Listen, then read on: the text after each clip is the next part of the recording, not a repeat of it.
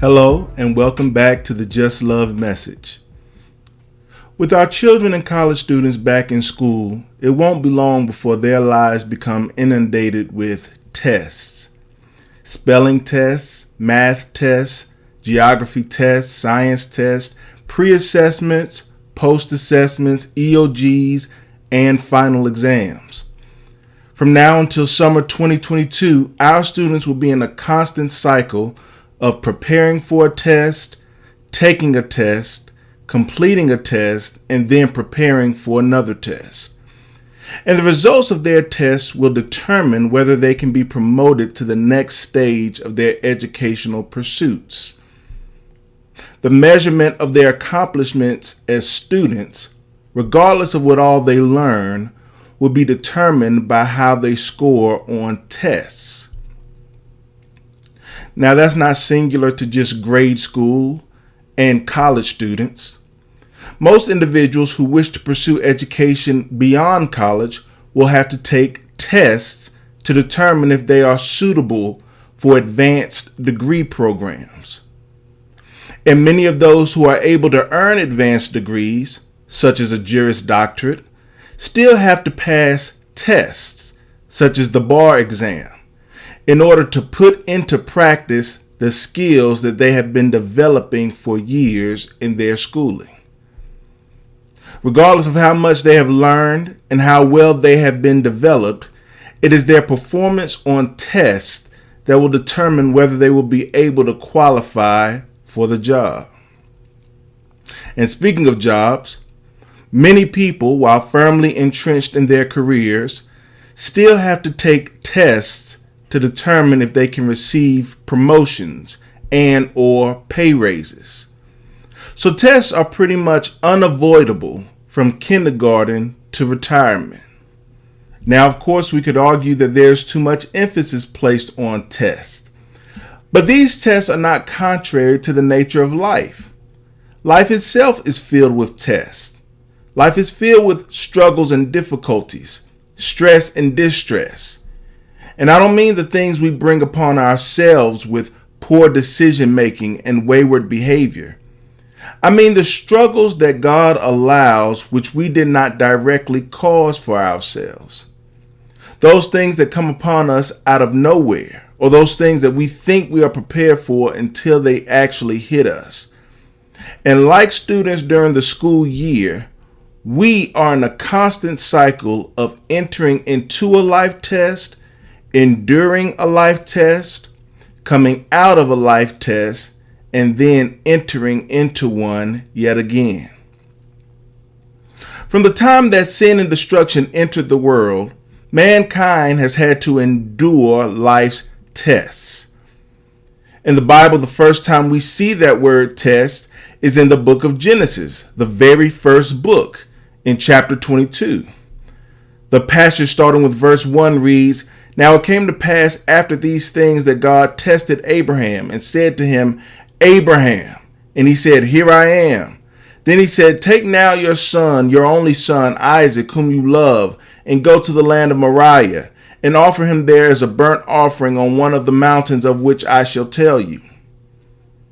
The first instance of the word test in the Bible is when God tested Abraham by telling him to sacrifice, to kill Isaac, Abraham's own son. Now remember, Isaac was the son that God had promised Abraham, the son through whom God said he would make Abraham a great nation, the son that Abraham and his wife Sarah had waited their whole adult lives to have, had waited 20 years from the time God first promised him, and did not receive him until Sarah was 90 and Abraham was 100. And it was within those sensitive circumstances that God brought unexpected difficulty into Abraham's life by telling him to sacrifice his son. Now, we of course know what happened in that situation. Abraham took Isaac up on the mountain with wood and fire, but no animal to sacrifice. And even Isaac questioned what was going on, saying, "Father, we have wood and fire for the altar, but no lamb to sacrifice." And Abraham responded with what was actually evidence of his faith in and faithfulness to the Lord, saying to Isaac, "The Lord will provide." Yahweh Jireh, or Jehovah Jireh. And as Abraham laid Isaac on the altar and lifted his knife to kill Isaac, as God had instructed him, the Lord stopped Abraham and directed his eyes to a ram caught in the bush. And Abraham sacrificed the ram instead of Isaac. Then God told Abraham, "Because you have done this thing and have not withheld your son, your only son, blessing I will bless you, and multiplying I will multiply your descendants as the stars of the heaven and as the sand which is on the seashore. Your descendants shall possess the gate of their enemies. In your seed all the nations of the earth shall be blessed, because you have obeyed my voice." Thus, in that first biblical usage of that word test, we see that God put Abraham in an unbelievably difficult situation, which caused Abraham to show his faith in and faithfulness to the Lord. Now, we might say that Abraham passed the test, because that is how tests work in our time. You take a test and you are rewarded based on how you perform on the test. But that understanding of tests is not in line with how God uses tests.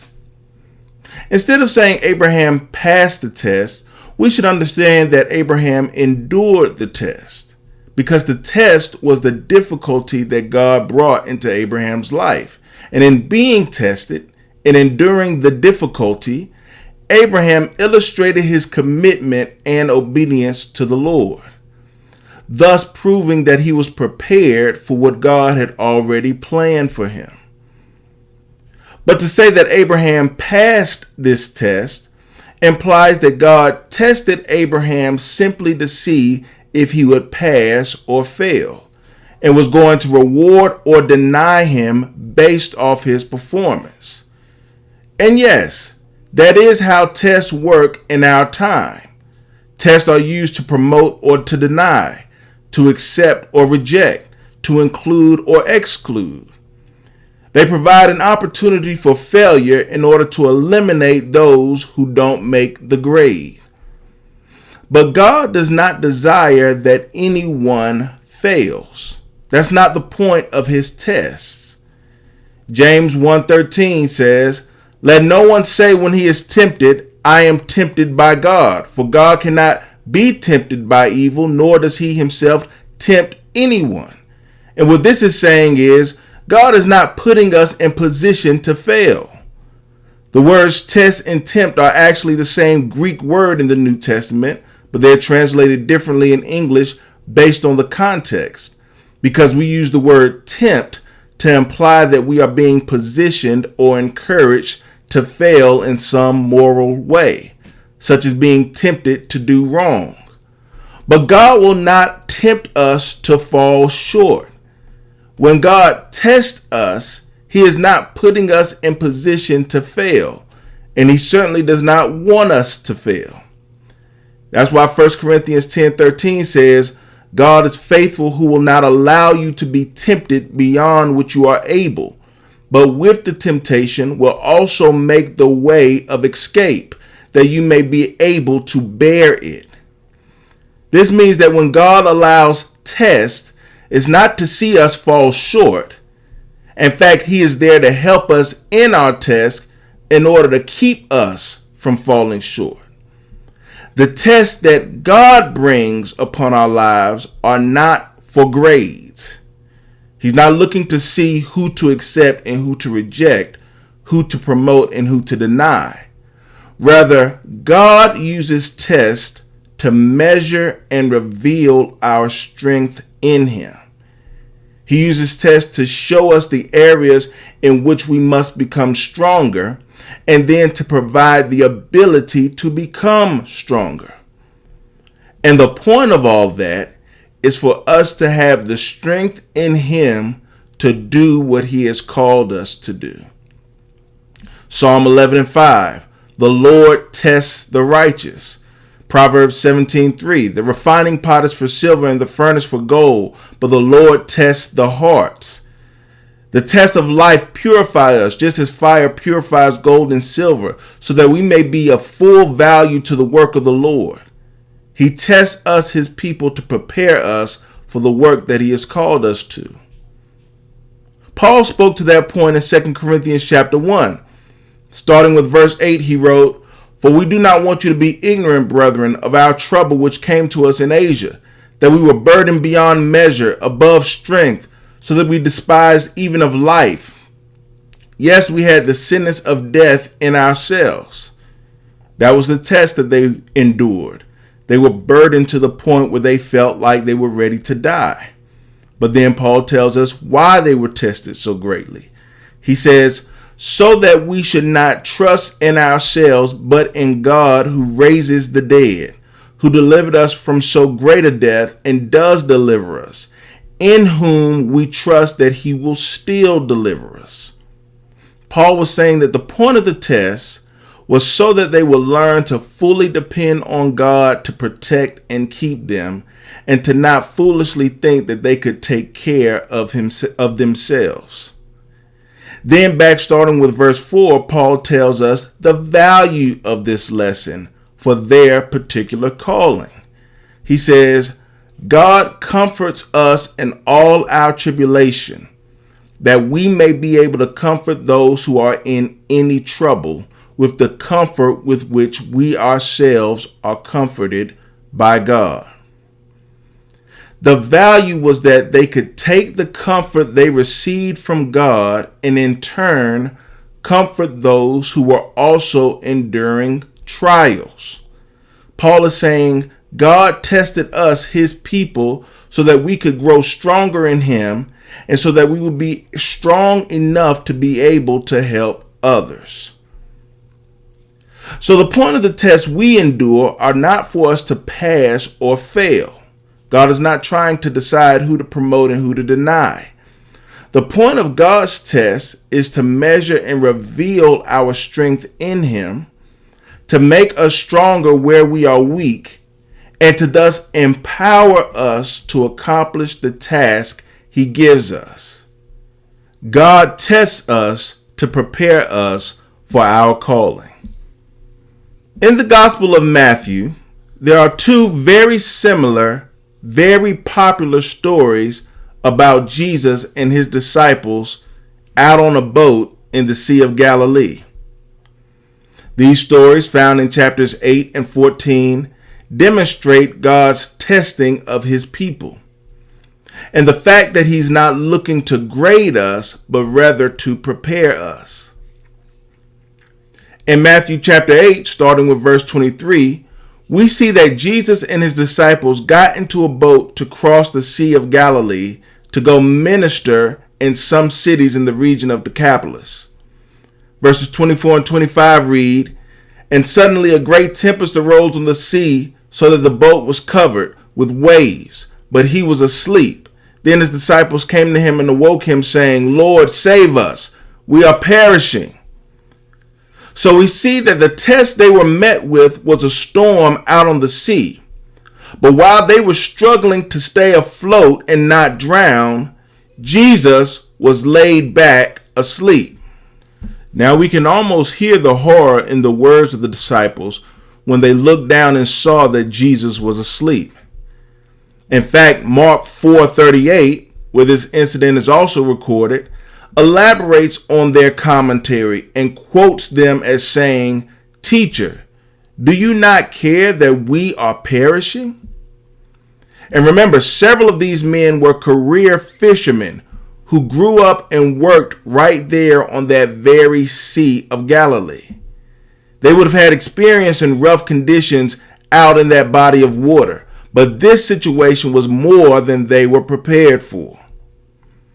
These disciples were facing what they believed to be certain death, and Jesus, their master, their teacher, the one whom they had believed to be the promised Messiah, the one whom they had seen heal the sick and raise the dead, here when they needed him, he appeared to be so uncaring that he was able to sleep through a sea storm. And many of us have felt what the disciples were feeling. We've been through trouble so great that we felt like we may not survive. Or like Paul said, we were almost welcoming death. And the Lord, whom we had placed our hopes in, appeared to be unconcerned. We may have questioned why God was allowing our pain, why he was not stopping our struggle. May have questioned ourselves on why we continue to believe even though he was not coming to our rescue. We may even have said, like the disciples, "Lord, do you not care that we are perishing?" But there were some things that the disciples did not take into account in that panicking moment. First, Jesus was in the boat with them. So whatever happened to them would have happened to him. So he could not have really lacked concern for them because his fate was tied to their fate. Secondly, they failed to account for the fact that they were following Jesus. Jesus got on the boat to go do ministry work, and there was no reason to think that he was not going to get to where he intended to go. And if they were following him where he was going, then there was no reason to think that they weren't going to get there as well. And that's what we have to realize in our troubles. If God has called us to himself, then our fates are tied to him. He's not going to be indifferent to our struggles because he has a vested interest in our lives. Yes, we will endure some things, but we will never endure them without him because we are connected to him. So even when he is silent, he is still overseeing our lives because he has bound himself to our lives. And if we are following him, then we will get to wherever and whatever he is leading us to. The storm that God allows in our lives is not going to nullify the command that God has made to us. But the disciples, not yet having this understanding of the Lord, woke Jesus up and cried out to him, "Master, do you not care that we are perishing?" Verses 26 and 27 tell us, "But he said to them, Why are you fearful, O you of little faith?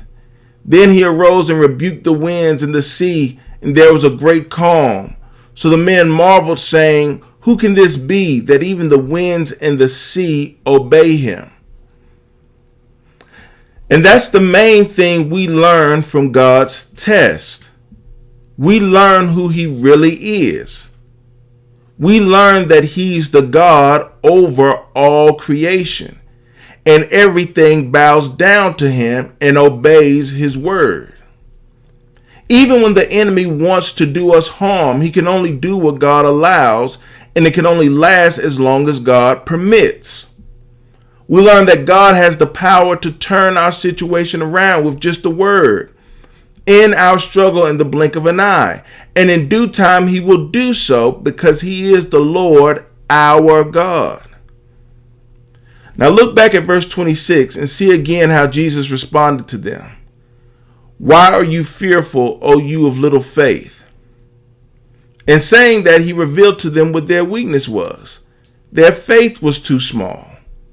It was too small to do the work that they would eventually have to do once Jesus was gone.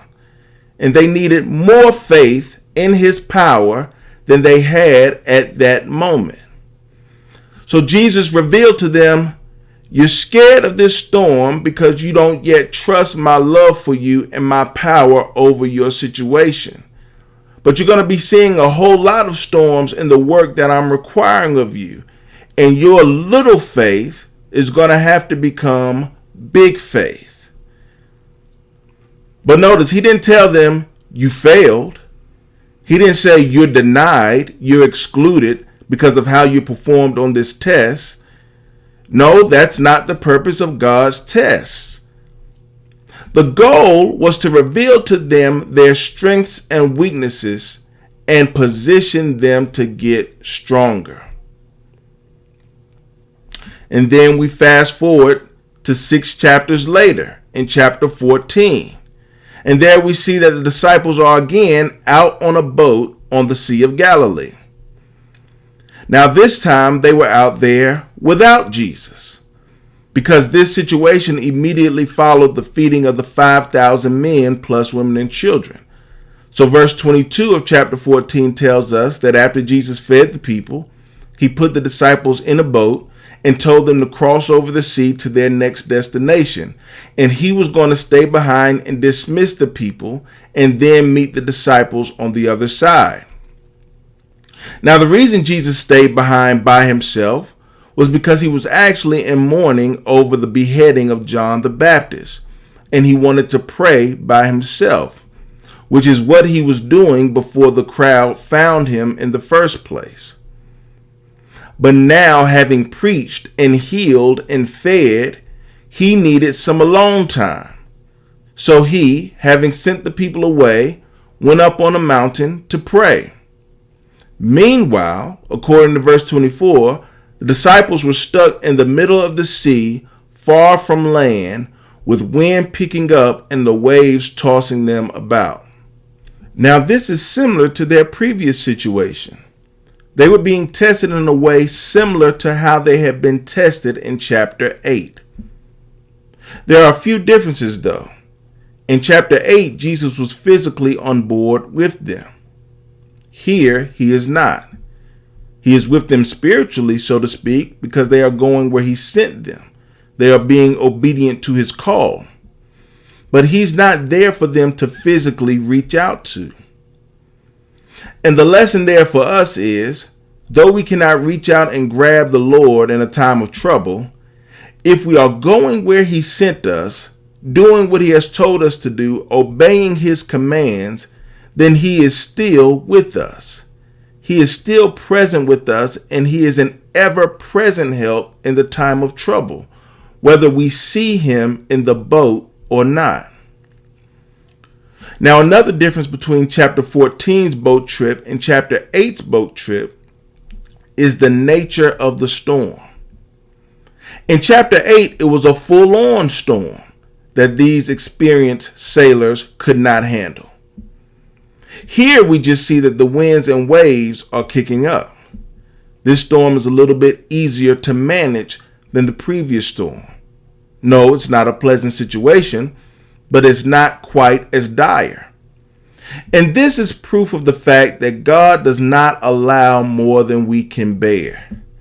The test was hard enough without Jesus being in the boat with them. God wasn't going to put them in a full-out storm and cause them to give up hope. That's not the point of his test. He's not trying to see how much pressure he can apply before we break. He's not trying to position us to sink or swim. When God tests us, he is only seeking to make us stronger. And in chapter 14, we see the disciples are indeed a little bit stronger than they were before. Even with Jesus not being in the boat, we don't see them being fearful and discouraged like they were in chapter 8. It appears that they had learned at least enough to know that if Jesus was sending them, then the storm wasn't going to stop them from getting there. Now, they were still in a difficult situation. And Mark's telling of the story in Mark 6 says that Jesus looked down from where he was and saw that they were in a difficult situation. Because no matter what we face and how alone we may feel, the Lord is always watching over us. Now, what happened at this point in the text is one of the most famous of Jesus' miracles, his walking on water. Starting with verse 25, the text reads, "Now on the fourth watch of the night, Jesus went to them, walking on the sea. And when the disciples saw him walking on the sea, they were troubled, saying, 'It is a ghost.' And they cried out for fear. But immediately Jesus spoke to them, saying, 'Be of good cheer, it is I. Do not be afraid.' And Peter answered him and said, 'Lord, if it is you, command me to come to you on the water.' So he said, 'Come.' And when Peter had come down out of the boat, he walked on the water to go to Jesus. But when he saw that the wind was boisterous, he was afraid, and beginning to sink, he cried out, saying, Lord, save me. And immediately Jesus stretched out his hand and caught him and said, O you of little faith, why did you doubt? And when they had gotten into the boat, the wind ceased. Then those who were in the boat came and worshipped him, saying, Truly you are the Son of God. Jesus saw that his people were in distress, and he got up and walked out on the water to them. And when they finally realized that it was Jesus walking on the water, Peter got so bold as to ask if he could walk on the water too. Maybe Peter had heard Jesus say that which Jesus is quoted as saying in John 14:12. Most assuredly I say to you, he who believes in me, the works that I do, he will do also. And greater works than these he will do, because I go to my Father. Certainly those words applied to the disciples, and they apply to us. The works that Jesus did, we ought to be able to do by the power of his Spirit in us. Through Jesus, we should have the power to do miracles and wonders, healing and deliverance, if we would just follow his commands for us. That's certainly the work that was in store for the disciples after Jesus left. They had to pick up where he left off. So I guess Peter was getting his practice in now.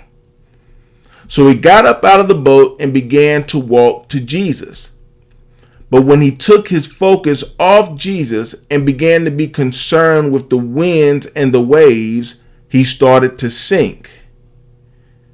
Yeah, the storm might be bad, but focus on Jesus because he is the one in control. So Peter started to sink, and Jesus grabbed him and said, "O you of little faith, why did you doubt?" Yet again, Jesus was telling Peter what he needed to work on. Have more faith. Yeah, you trusted me enough to know I would take care of you through the storm. You've built your faith since the last test, but the work that I have for you requires even more faith. It requires you to believe that through me you can do the impossible, the supernatural, that you can do what I do. So if you're going to accomplish this work, you need more faith. No, Jesus didn't tell Peter he failed. He didn't reject him or punish him for failing. He just told him what he needed to work on, and then he brought him back to the boat. And when they got into the boat, the storm ceased. And those who were in the boat worshiped Jesus and said, "Truly, you are the Son of God." They were put through a test, and the strength that they gained from the test was that Jesus was, without doubt, the Son of God. They believed before, but seeing what they just saw, they now had zero doubt. They were made stronger in him. That's what God is doing with these tests. He's just making us stronger. Let's put it into a modern day scenario, since this is week 1 of the NFL season. The highest rated defensive player in the National Football League right now is Aaron Donald. He plays the position of defensive tackle, which means, for lack of proper phrasing, his job is to push 350-pound men out of the way so that he and his teammates can get to and tackle whoever has the ball. To do his job, he needs strength. To gain strength, he lifts weights. The lifting of weights tests his muscles because they stress his muscles and push them to their limits. By testing his muscles in weightlifting, Donald can have the confidence to do his job because he knows how strong he is. In lifting weights, he can also see what areas he needs to work on to get stronger. And in lifting weights, he will gain more strength. Therefore, the testing of his muscles in the weight room prepares him for his assignment. And that's what God is doing with us. He's building our muscle. When sickness comes upon us, when people come to oppose us for no good reason, when we find ourselves or our loved ones in potential danger, when it seems that we don't have enough resources to care for our needs, when we feel worn out from fighting life's battles, we have to remember that these are just tests. No, they are not easy, but they are temporary. And they are supervised by our God who loves us. And they are building our spiritual muscle. The tests that God allows are not for him to see if we pass or fail, but to prepare us. He has a particular plan for all his people, work for each one of us to do. But for us to do our jobs in a way that pleases God and benefits the world around us, God has to prepare us. He shows us where we are strong in him. And if there is any weakness, he reveals it. And he positions us to turn that weakness into strength so that we can be all that he would have required us to be and do all that he requires us to do. So remember, when we go through trials and tribulations, they're just tests. Endure them so that we may be stronger in the Lord. Amen.